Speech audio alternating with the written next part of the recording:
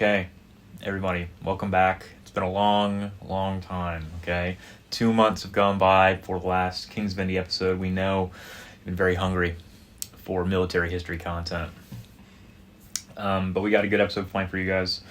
So let's introduce ourselves again. I'm Avery. I'm Hayden.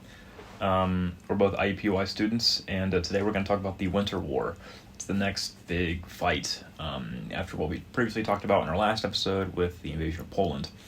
And this Winter War takes place in the winter of 1939 and ends in March of 1940. So we're going to kind of give a bit of a background with the battle, or with the war rather. Then kind of talk about, the invasion itself, and then the aftermath and what kind of follows out. So, do you have anything on the background? I have some. Okay. Some things that I found were really key to why this war took place. Kind of begins with the Russian Revolution, or October Revolution, if you will. Mm-hmm. And during this time, obviously Russia was in a state of turmoil, so Finland used this opportunity to declare independence. Mm-hmm, mm-hmm. Which, by the way, like a week afterwards, the Soviet Union actually recognizes their sovereignty. They which did. Is very interesting. Yeah, they did, and Finland entered a state of civil war in 1918, in which the Soviet Union kind of was beginning to get their act together in a more organized sense. Mm-hmm. And they supported the Bolshevik Red Guard of Finland, but unfortunately the White Guard ended up winning the war. Mm-hmm. And I believe this was really the start of a long-term deteriorating relationship, kind of longer term than you would have thought in a traditional sense. I mean, because if you think about it, by the time that this war really took place between the two, the Winter War was 21 years later. Am I doing my math right? Or 20 years? Yeah, or they're 20 or 21, yeah. But yeah, tensions followed from that. And a lot of this would later center around the issue at first for political reasons, right? Like the Bolsheviks had lost in the Finland Revolution, so their governance ideals didn't really reflect what the communists believe a government should. Mm-hmm. And then leading up to the Winter War in the 1930s, what you had was the USSR was growing increasingly concerned with Nazi Germany in the West. Mm-hmm. And they thought, since Finland and Nazi Germany actually had a pretty good relationship with each other, in fact, if I'm not mistaken, Hitler visited Finland. Or perhaps it was the other way around with Mannerheim. Mm-hmm. Don't quote me on that. So the USSR was beginning to become concerned with Finland and wanted some buffer zones, right, of protection from Finland and the USSR mainland, specifically Leningrad, which, if you're not familiar with Leningrad, I'll give you a little bit of history on that. Originally, Leningrad was called St. Petersburg. In fact, it was St. Petersburg for the better over 200 years, from 1712 to 1918. And St. Petersburg was the capital of Russia during all that time, the Russian Empire. And when the Soviet Union came into power after the Civil War in 1922, I'm not sure if that was the exact year they changed it, but it became known as Leningrad, and the capital moved to Moscow, which it remained throughout the... Still is today. Yeah.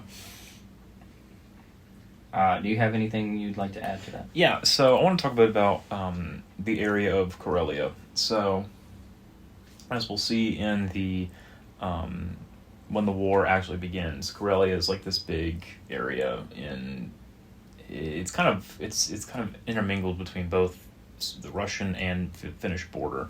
It's kind of all over the place, but it's isthmus, right? Yeah, and there's like just little pockets here and there that are kind of called Karelia. It's weird, but it's basically in southern Finland. Right. And it's very close to Leningrad or St. Petersburg. Mm-hmm. And Karelia has been fought over by the Soviets and the Finns for a millennia. in 1809, to give a little background just with Finland, like you were doing, in 1809, Finland is incorporated into the Russian Empire. And they will stay that way until, like you said, 1917. But after the collapse of the Russian Empire and the arrival of the USSR, the Soviet government basically gave territories with like an ethnic minority in them the option to secede and kind of become their own independent thing from the Russian Empire. And that's exactly what Finland does, and that's really why they recognize their sovereignty, because they allowed them to do this. But now I want to kind of go into like why, before we get really into the meat of the situation, why does the USSR even invade in the first place? So the answer is pretty clear. They do it because of Leningrad. Leningrad's 20 miles away from the Finnish border, and it's a vital city for the Soviets. And they basically, Stalin is a very, as we kind of talked about this on the last episode, is a very paranoid individual. And he's worried that Hitler and the Finns are going to orchestrate something against the Soviets. And so he's a little weary. So the Finns, before, Stalin has even made the decision to actually invade, they actually have a lot of negotiations with the Swedes, diplomatically. The Soviets want to push back the border between them by 30 kilometers on the Karelian Isthmus. And that Finland must destroy any fortifications on the isthmus. But the Soviets want to do this by trading a few more pieces, a few more chunks of their territory. But it's still, this is not what the Finns... It's not going to happen. It's just implausible. So, eventually they decide to invade. And the night before, or a few nights before rather, in the invasion, they kind of orchestrate an attack that Germany kind of also does when it came to Poland, and that is they basically have a false flag operation.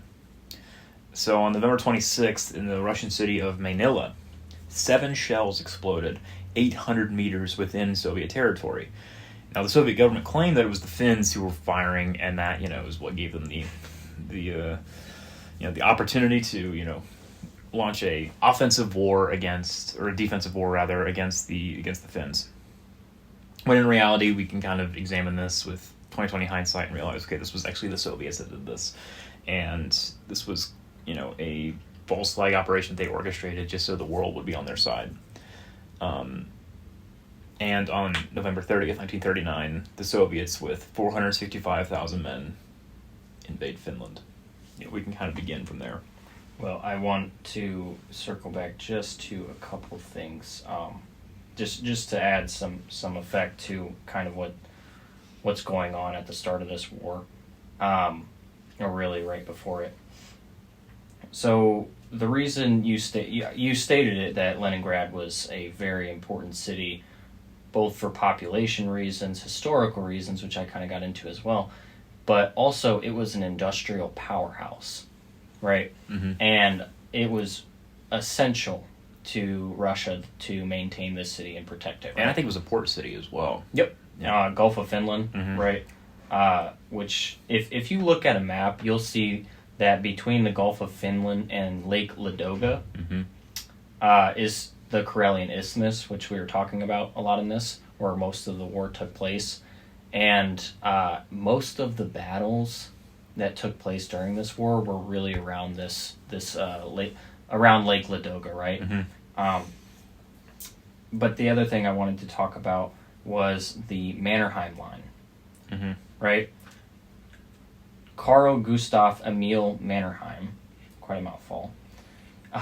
He was the commander-in-chief of Finnish forces, mm-hmm. at several points in his life, and even the White Guard at one point as well during the Civil War. Mm-hmm.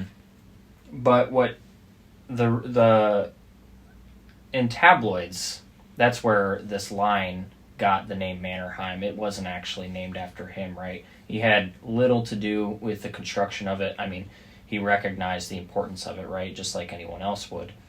And essentially what the Mannerheim line was, it was a defensive line on the Karelian Isthmus that was supposed to protect Greater Finland from an impending Russian invasion, right? They saw that that was likely going to happen. So between 1920 and 1924 and 1932 and 1939, Finland began constructing this ragtag line that was meant to delay, keyword delay, Russian forces, right? Yeah. And what we'll find later is it didn't only delay, it repelled at a highly effective rate for quite a long time the overwhelming, keyword overwhelming as well, Russian force that invaded, right? And to give you a bit of context about the Mannerheim Line, is Finland is a very small country, very small population, even to this day, right?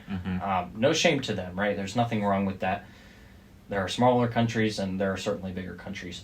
But they didn't have a lot of money or resources to pour into constructing this line, right?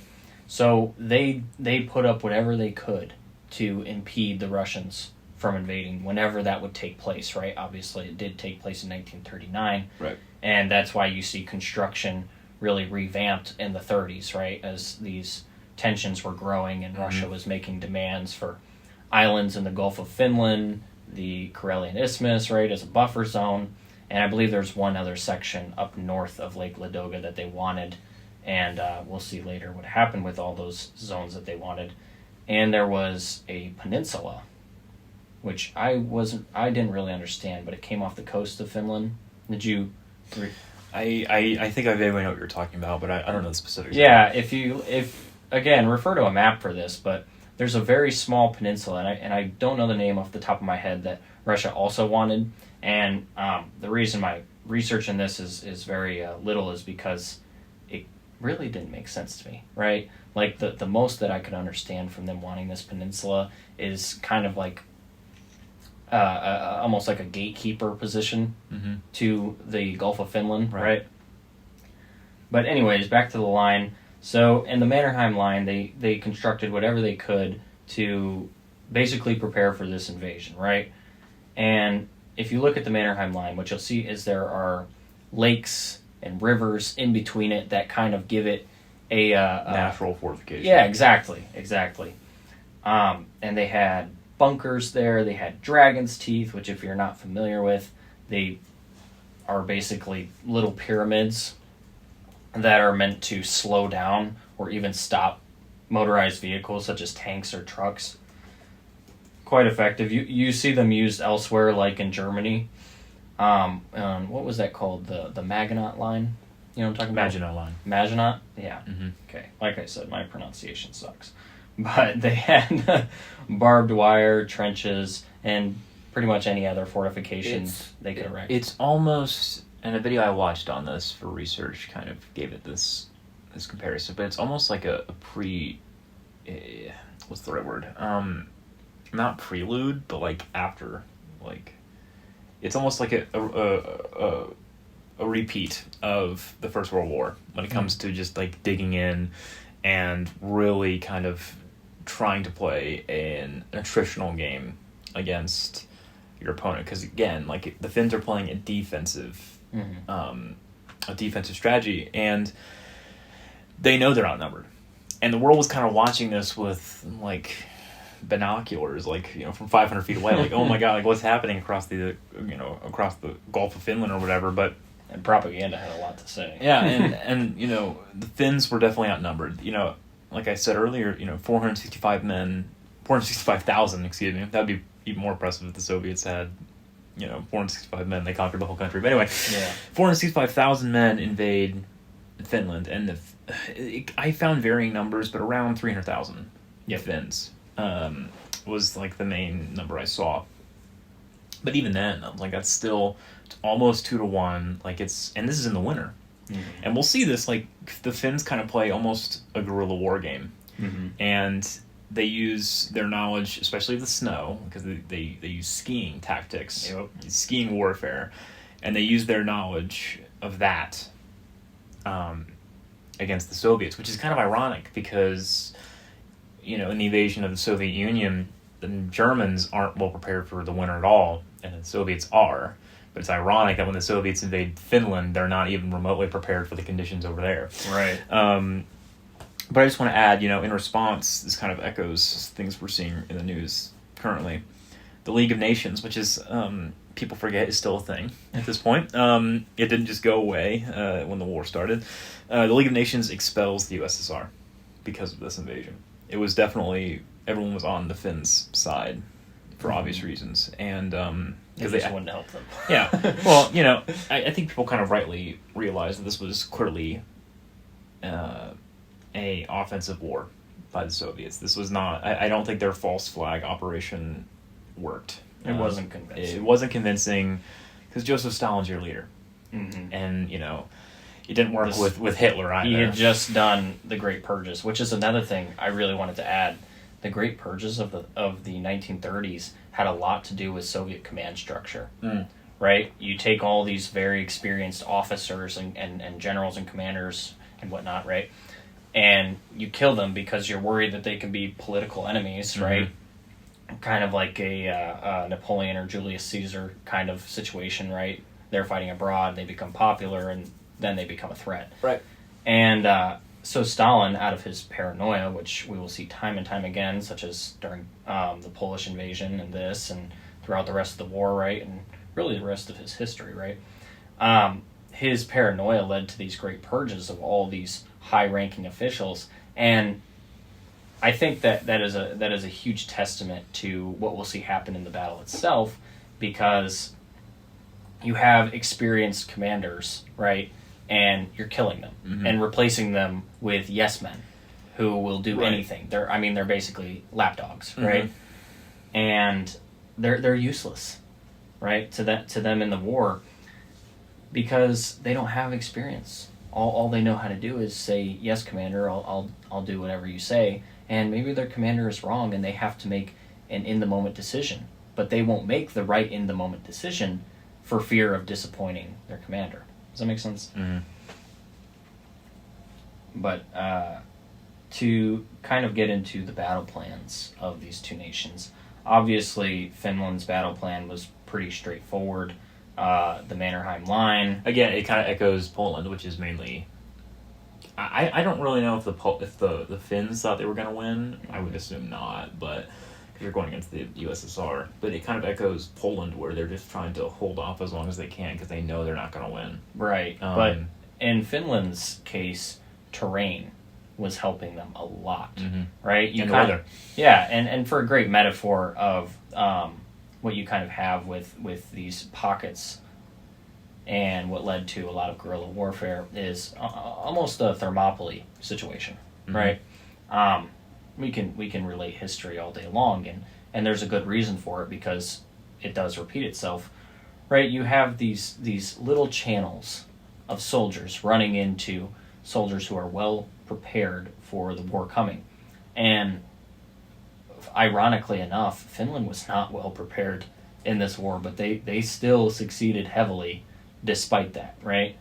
And to give you a bit of background on that, Finland's weapons were garbage. They didn't have the up-to-date weaponry, right? They had 20 or 30 tanks to Russia's thousands that were invading Finland. Right. Just the tanks invading Finland, thousands. I think the number was 3,000 or 4,000 altogether, estimated. And a lot of the soldiers that Finland was pulling were from their reserves, or they were signing up as they turned of age, right? And they were wearing civilian clothing, right? But whereas this would seem a downside, it actually worked in their favor, right? And that happens a couple times with Finland, right? Things that seem to be downsides actually work in their favor, right? Like their winter clothing is a huge part of it. Their winter clothing was made for the winters in Finland, right? Whereas Russian soldiers or Soviet soldiers stick out like a sore thumb. Yeah, and they were given clothing based on being in the military, right? Whereas Finland, they had the clothing that they had in their closet. Camouflaged, Yeah, and they could camouflage too easily. They had white clothing too, which really worked in their favor. Whereas, Russia, they have the red and olive. These big lumbering olive-colored tanks coming down. You could see from miles away, as compared to a platoon of Polish soldiers dressed in white. You'd have no idea where they are, and you'd lose your entire army. And so the battle plan of Russia, though, they wanted to copy the Blitzkrieg style of Germany. That Germany was perfecting, right? They thought it was largely effective, but the issue with this was, again, the terrain in Poland, right? They could not pull this off because there were hills, there were swamps, there were trees everywhere, right? And rivers. A Blitzkrieg tactic wouldn't work. You couldn't deploy all these at once and have it be effective, especially during the winter time in Finland, where winters are horrible. Horribly cold, that is. So Russia's plan was to focus a large portion of troops on piercing the Mannerheim line, and then another large group of troops north of Lake Ladoga to circle around and help attack the Mannerheim line from the rear, and then a couple armies to the further north to essentially cut Finland in half and work Sweep their it way off, down. yeah. Yep. But would you like to proceed with the war itself? It seems you were right about there. Unless you have anything to add. I mean, the main bulk of the war was like we've talked about on the Isthmus, and on this kind of, I guess you could you call this a campaign? Like this is a campaign in the war, like on the Isthmus. I don't know. Yeah. On this particular spot, let's say, of the Isthmus, there was about 250,000 Soviets against 130,000 Finns. So right here, they're basically 2-1. But the bigger threat to the Finns was Soviet tanks. They had no anti-tank weapons or anti-tank training. So they kind of, again, this kind of goes into their guerrilla war tactics and kind of just, working with what they had. They instead they kind of sabotage the tanks when they get close enough. So they basically put logs in the wheels of these tanks to immobilize them. Something that's also kind of innovated out of this need for better solutions, because again they're horribly outnumbered, is they invent Molotov cocktails. And Molotov is the Soviet foreign minister. So it's kind of a little tongue-in-cheek thing that they're naming them Molotov cocktails. But anyway, so they, it's very, the war effort on Finland is very on the ground. It's very, like I said, they're coming up with whatever ideas they can kind of throw at the Soviets to kind of defeat them in any way they can. And I kind of want to talk a little bit about the weather. So the weather in 39 going into 40 was exceptionally cold. The lowest it was negative 45 degrees on January 16th. That's how cold this was. And like we mentioned before, the Finns used their skills in skiing to their advantage. They camouflage themselves with whatever, uniforms they have, and they kind of just mow down like I said before, the Soviets stick out like a sore thumb. So it's very easy to take them out. And then thirdly, during the battle of, Finnish is not Germanic, so I don't know how to bloody pronounce anything with this language, but Samosalami, hope I'm pronouncing that right. I'm not, though. Thousands of Soviets died of frostbite. So the Soviets just were not prepared whatsoever. And they really make a fool out of themselves, because they definitely thought that they had the upper hand. They kind of definitely did have the upper hand going into the war, but again, it's just better tactics, better use of resources. The Finns just kind of outmaneuver them, and they really humiliate them. So I kind of want to talk a little bit now about the White Death. He's basically, other than Chris Kyle and Carlos Hathcock, known as basically the world's greatest sniper in history. So his name is Samo Haya. I don't know how you pronounce his last name, but I'm going to give a little history on him because this guy's a fascinating figure. So at 19, he joined the Army for compulsory military service, and he had no formal sniper training. He was not trained as a sniper, the minute he walked in. He had formal sniper training in 1938, a year before the actual war begins. So the bulk of his military career, he's not a sniper. And he gained the nickname the White Death by wearing white camo. And for most of the war, the Soviets didn't have any camo, so that made them easy targets for him to pick off. Simo, he made all his accomplishments in less than 100 days. During a time of very few daylight hours. Again, this is when the weather really goes to the Finns' advantage.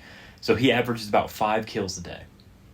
Now, I don't know how much you can... I couldn't find anything that independently verified this, but Simo kind of reported his own kills. So take everything he says with a bit of a grain of salt, because, I couldn't find any independent studies verifying this and backing this up. But he estimated he killed around 500 people, which is just absolutely insane. But kind of one of the more dramatic things that happens to him during the war is in March. So this is just a few days before the war actually is over. He's shot in the face with an explosive bullet. So there's that very famous photo of him with in his military uniform, and his face is all fucked up looking. Mm-hmm. And he was actually originally thought to be dead when he was found. And his body was placed in a pile of other dead bodies that they were, shipping out. But someone noticed his leg was twitching. And they, pulled him out, and they said, quote, "half his face is missing." So he was incorrectly reported as dead. He read about his own death in the paper. And he had 26 surgeries over the course of 14 months. Wow. So I'll definitely, include a photo when I edit this of that famous photo of him that, with his face, because it's striking. This guy has such an unbelievable story. And it's, again, takes it with a grain of salt, but 500 kills in less than 100 days. And he almost was killed. Mm-hmm. But, I think he's one of the more interesting characters, for sure, of this entire war. And this entire period of the Second World War itself. Do you have anything you want to add to that? I just wanted to say that the Finnish border itself fell fairly quickly, considering when the war started, November 30th. The Finnish troops moved back to the Mannerheim Line on December 6th, 1939, so about a week that lasted.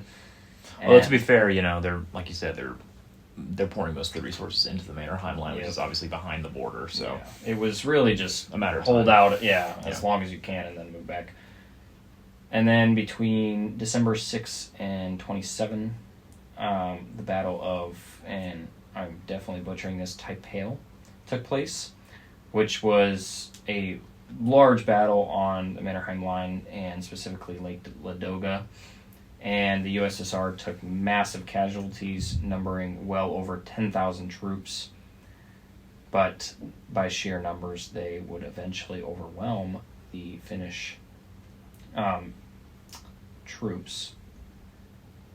And as the Soviets began to pour deeper into the country, what happened was the Finns had no issue encircling pockets of these Soviet groups, right, and units, and they would attack it from all sides. And it really, the issue was not enough bullets and not enough men shooting, right? So they really couldn't capitalize on these situations. I mean, if you look at what all happened in these battles during the war, you'll see. I mean, the Finnish troops, there just weren't a big enough number to capitalize on these amazing opportunities that came one after the other. And that's really tough to think about, because the way I relate it is you're working a job, right? And you need someone to take your shift, but there's no one to take your shift, right? Mm-hmm. So it's really just on you keep doing that job consistently as long as you can, until you fall over, right? And that's kind of the situation that Finland was in. And one other battle I would like to talk about is the Battle of, again, probably butchering, Raate Road, Raate, if you'd like to read about it. And in this battle, the Red Army had over 7,000 casualties to just 200 Finnish troops, which I find incredible. And this was through guerrilla warfare as well. And if I'm not mistaken, this is when they attacked a marching group of Soviets who were so certain of victory that they had a band with them. Really? A band to play. Like the Civil War. Yeah, upon arrival of their victory. And so when they were going through the dead and what was left over, right? Because during the war, since there was such a shortage of weapons on Finland's side, they would often go and loot, pick up guns, right? Very Call of Duty type of stuff going on there. But they would go and loot and pick up guns from the Soviets and use them for themselves. And they found all these band instruments, which there's a photo on that as well. If we can get that, I'd love for the viewers to see that. But yeah, that's about all. Eventually, the numbers overwhelm Finland, as they do in most cases. I mean, when you have an endless bank account, you can eventually get there, and get what you want. Unfortunately, it was at the cost of many Russian lives. And I would like to mention also that a lot of times what we hear about when we learn about World War II and the wars that took place, we hear about German propaganda. And I feel like we often, and American, getting people to sign up and join the war more instead of telling lies, at least. I hope not. Knock on wood. Yeah, maybe not all the time, but you never know what we know, and others know better. But propaganda was huge for Finland and Russia as well, and the biggest thing that pertained to is the Mannerheim Line. I know I keep going back to it, but that is where most of this war took place, and Russian propaganda talked about how impossibly well built this line was, and how it and we're basically justifying, well, they have the best defensive structures ever, right? I mean, if you really read about the Mannerheim Line or do any research, you'll see it was a ragtag attempt at building a line to hold off a massive army at all costs, right? And they used whatever they could. Like I said, logs. They used boulders, blocks of cement, dragon's teeth, right? Anything they could, really. It wasn't a very well constructed line, and so Russian propaganda really made it out to be way more than it was, whereas Finnish propaganda ironically did something similar, but their reason for that, whereas Russia's was to justify the slow progression, right? Because initially they believed this war would last 2 weeks. I think it was one of the senior officers said at the time. And Finnish propagandists made it out to be more than it was, more to boost morale in the country. And I couldn't tell you how well it worked, but at the end of the day, Finland did an incredible job with what they had. True. And definitely embarrassed the Soviets. Absolutely. Whereas the Soviets did, in fact, pull through in the end. Yeah, so that kind of brings us to the end of the war. So this entire time, leading up to the end of the war, in the early months of 1940, the Soviets and the Finns have been trying to negotiate while fighting was happening. The Finns wanted to sign an armistice for months, but they were continually, shut down by Stalin. But eventually a treaty was signed on the 12th of March, 1940. This was the Moscow Peace Treaty.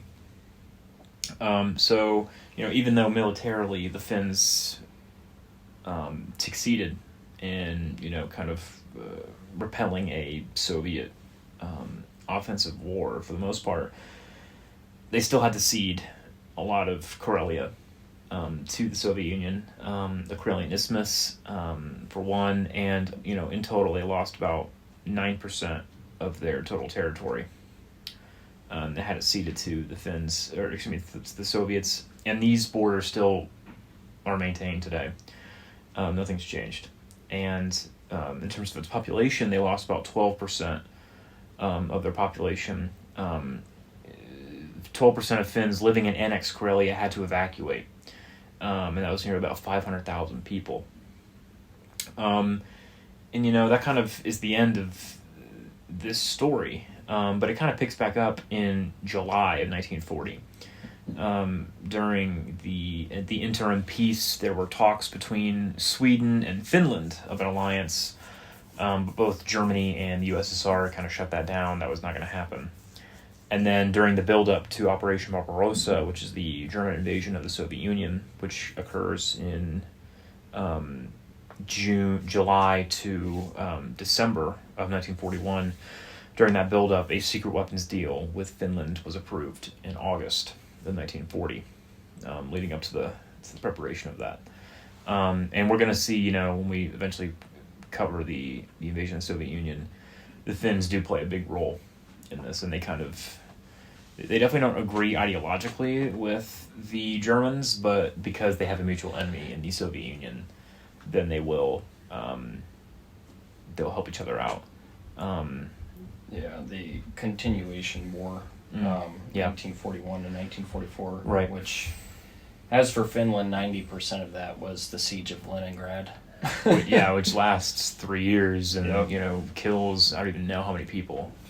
Yeah, it was, I think it was somewhere around 4 million casualties. I think, don't quote me on this, but I remember reading Vladimir Lenin's dad defended the city during the war. Really? Don't quote me on that. I think I remember reading that somewhere. But yeah, because he's from Leningrad, or St. Petersburg, rather. But yeah, was there anything else you wanted to add? No, I think that covers it. There is still debate over those territories today. Yeah, which is not unwarranted, given that it was kind of a little shady. It was taken. Yeah, it was just like it's you can't really defend the Soviet Union in this scenario. It's just completely nonsensical. The fact that they attacked them for one, and then I would like to mention there was debate over the Soviet Union wanting to make Finland a puppet state. That I didn't know. I know there was there are arguments on both sides, but if that is something that you as viewers are interested in, I definitely recommend reading up on that. As for this podcast, we are just talking about the battle itself, the war, and kind of the background to it, what happened and what resulted from it, from a historical sense. Yeah, so that kind of concludes the Winter War. It's extremely important for not only just the beginnings of, because this is still really the early stages of the Second World War. Mm-hmm. So it's not just a very important subject in those years, but it's just the entire war, because it affects international relations between the Finns and the Soviets, and it still does. It's like Finland is still vying for a NATO membership. It's always kind of been a very well defended nation, and it kind of starts with the aftermath of the Winter War. So we are in today's world still seeing the repercussions of this of this battle. And just 2 months after this war ended, Germany invades France. Yeah, that's true. That's probably what we'll cover next. But yeah, just like dominoes. Yeah, the domino theory in action. But yeah, thank you everybody for listening. We know it was a long wait. Okay, the Kings of Indy have returned. Okay, and we will make sure that there's not as long of a period in between the next episode. But I'm researching France as we speak. Hell yeah. But yeah, thank you everybody for listening, and we'll see you all later. See you later.